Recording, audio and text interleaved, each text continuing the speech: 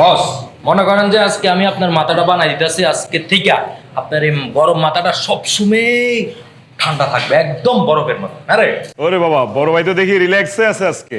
বড় ভাই, আসসালামু আলাইকুম। লাভ গুরু। এই পৃথিবীতে বিশ্বাস করেন, কেউ নাই আমার, বাইকটা ছাড়া আমার কেউ নাই।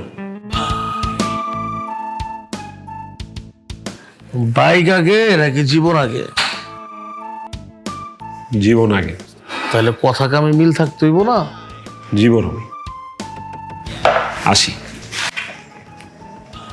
বড় ভাই, এক নজর কি একটু বাইকটারে দেখে যেতে পারি? অনেক দিন ধরে দেখি না তো, খুব মিস করতেছিলাম। এটা জাদুঘরে আছে, দেহন যাব না এখন। আসসালামু আলাইকুম মা।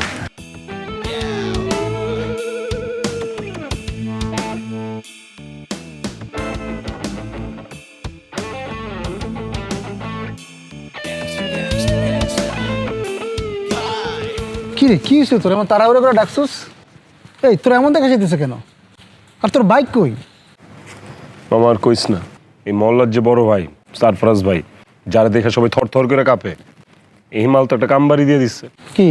সে তো আমার গার্লফ্রেন্ডে নিয়ে গেছে মামা।